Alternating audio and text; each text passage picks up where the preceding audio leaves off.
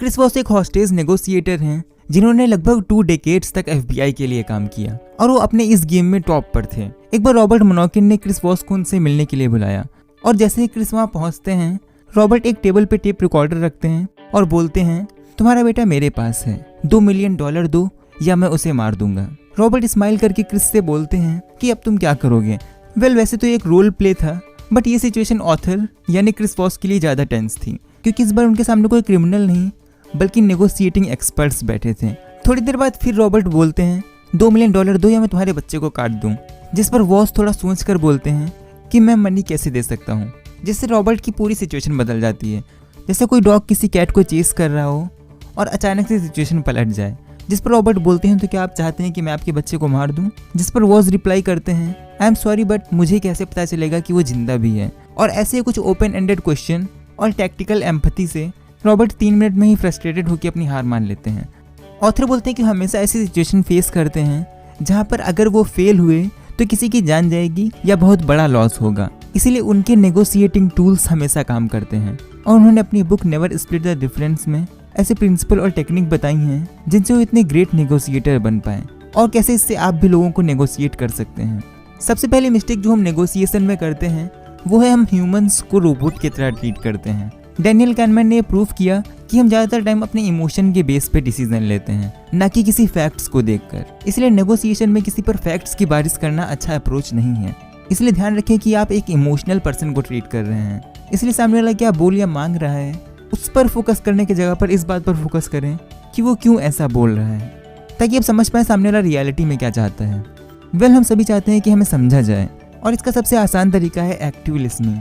जब भी हम किसी को फील कराते हैं कि उसे सुना और समझा जा रहा है तो वो पर्सन डिफेंसलेस रहता है और वो अच्छे से अपनी फीलिंग आपके साथ शेयर करता है। इसे ऑथर बोलते हैं टैक्टिकल एम्पैथी, यानी किसी को एक्टिवली सुनकर उसके पर्सपेक्टिव को समझना और एम्पैथी शो करके उसके माइंड को एक्सेस करना। और आप कन्वर्सेशन में मोर इन्फॉर्मेशन गेन कर सकते हैं मिररिंग करके।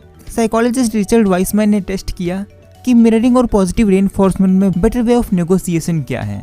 उन्होंने कुछ वेटर्स को 2 ग्रुप में डिवाइड किया और पहले ग्रुप से पॉजिटिव वर्ड्स जैसे great, no problem and sure ऐसे वर्ड्स यूज करने को बोला और दूसरे ग्रुप से मिररिंग करने को बोला। तो जिस ग्रुप ने मिररिंग की थी उसे 70% ज्यादा टिप मिली। जब भी हम सामने वाले के speech pattern, body language, tempo और टोन को कॉपी करते हैं तो इससे हम सामने वाले को कंफर्ट देते हैं।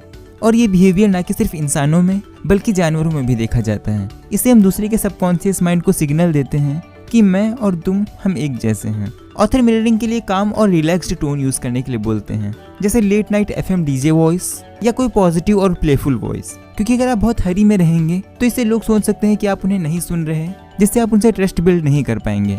और जब आप काम और रिलैक्स्ड वॉइस यूज करते हैं तो आप दूसरे से इनडायरेक्टली बोलते हैं, I am okay, you are okay, let's figure things out. Mirroring के वर्क करने के लिए आपको सामने वाले के कुछ वर्ड्स क्वेश्चन फॉर्म में रिपीट करने हैं, जिससे सामने वाला पर्सन आपको डिटेल और एक्स्ट्रा इन्फॉर्मेशन देता है, जिससे आपको नेगोशिएट करने में हेल्प मिलेगी। जैसे एक बैंक रॉबरी में चोर के पकड़े जाने पर पुलिस सारे वैन चेक करती है ताकि उन्हें चोर के बारे में इन्फॉर्मेशन मिले। जिस पर क्रिस वॉस चोर से बोलते हैं कि हमने सारी कार और वैन चेक कर ली, हमें बाहर ग्रे और ब्लू वैन मिली, अब हमें ओनर से बात करना पड़ेगा तब जाके कुछ इन्फॉर्मेशन मिलेगी, क्या तुम्हें कुछ पता है? जिस पर चोर गुस्से में बोलता है, हमारी कोई वैन बाहर नहीं है, तुम्हारी वजह से हमारा ड्राइवर भाग गया। जिस पर क्रिस उसकी बात को रिपीट करते हैं, हमारी वजह से ड्राइवर भाग गया। जिस पर चोर रिप्लाई करता है कि तुम लोगों ने उसका पीछा किया इसलिए वो भाग गया।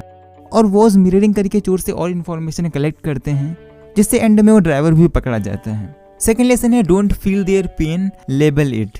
कन्वर्सेशन या किसी डील में इमोशन को ऑब्स्टिकल की तरह देखने की जगह पर उन्हें आइडेंटिफाई करें और लेबल करें, क्योंकि अगर आप किसी के इमोशन को लेबल करेंगे तो आप उसकी तरफ एम्पैथी शो करेंगे। और हम एक इमोशनल क्रिएचर हैं तो आप इमोशन लेबल करके इजीली नेगोशिएट कर सकते हैं। तो सबसे पहले आप दूसरे के फेस गेस्चर, टोन और बातों को ऑब्जर्व करें, जिससे आप उनकी फीलिंग को आइडेंटिफाई कर सकें।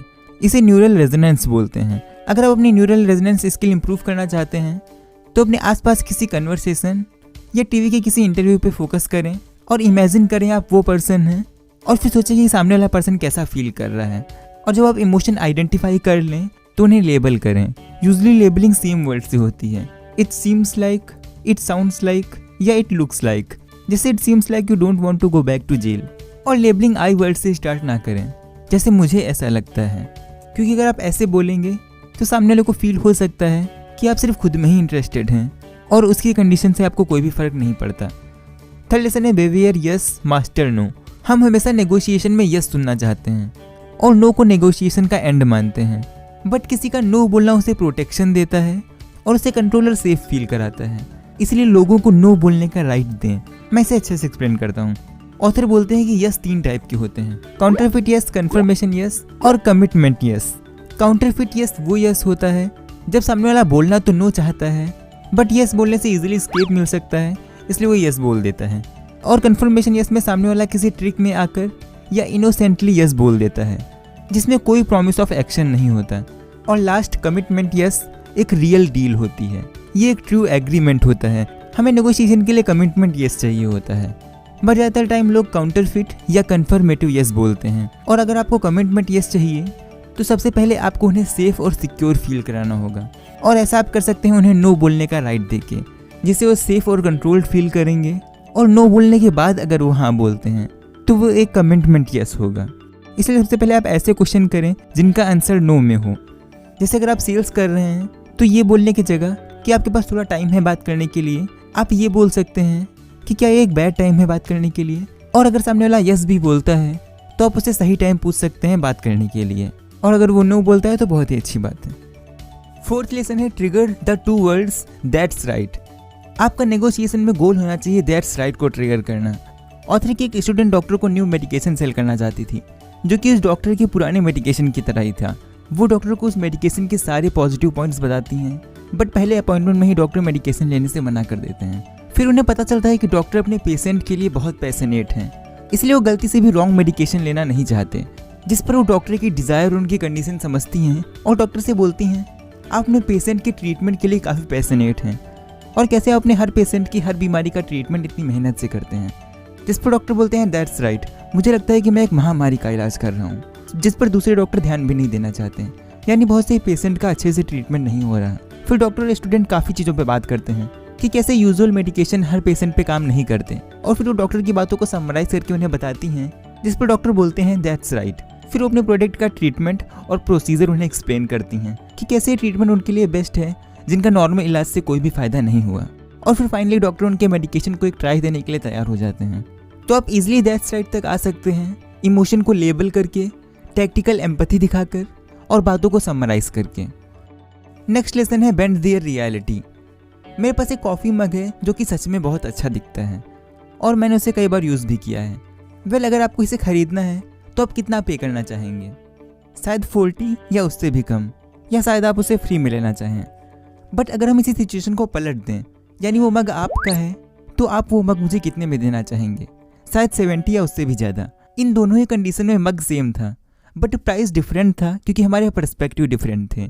तो अगर आप नेगोशिएशन में सामने वाले को अपना पर्सपेक्टिव फील करा दें तो आप इजीली नेगोशिएट कर सकते हैं और एक फेयर डील पा सकते हैं। और आप ऐसा कर सकते हैं कैलिब्रेटेड क्वेश्चन, यानी ओपन एंडेड क्वेश्चन पूछ के। और ऐसे question usually how, what, who और व्हेन से शुरू होते हैं। जैसे गर्ल के किडनैपिंग के केस में ऑथर किडनैपर से उस गर्ल से बात कराने के लिए बोलते हैं, जिस पर किडनैपर उनकी बात नहीं कराता है।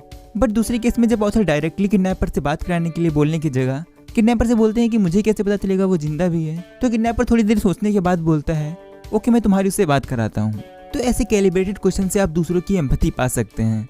जैसे अगर आपको कोई गलत डील दे रहा है तो मना करने की जगह पे आप बोल सकते हैं कि मैं ये कैसे कर सकता हूँ, जिस पर शायद सामने वाला अपने आप से ही बोल दे दैट्स राइट, आप नहीं कर सकते। और इसे आप कंप्रोमाइज़ करने की जगह पर फेयर डील पा सकते हैं। और नेगोशिएशन के लिए सबसे इंपॉर्टेंट है कि आप इमोशनल ट्रैप में ना फंस जाएं, जिसके लिए इंपॉर्टेंट है आप स्लो थिंकिंग करें।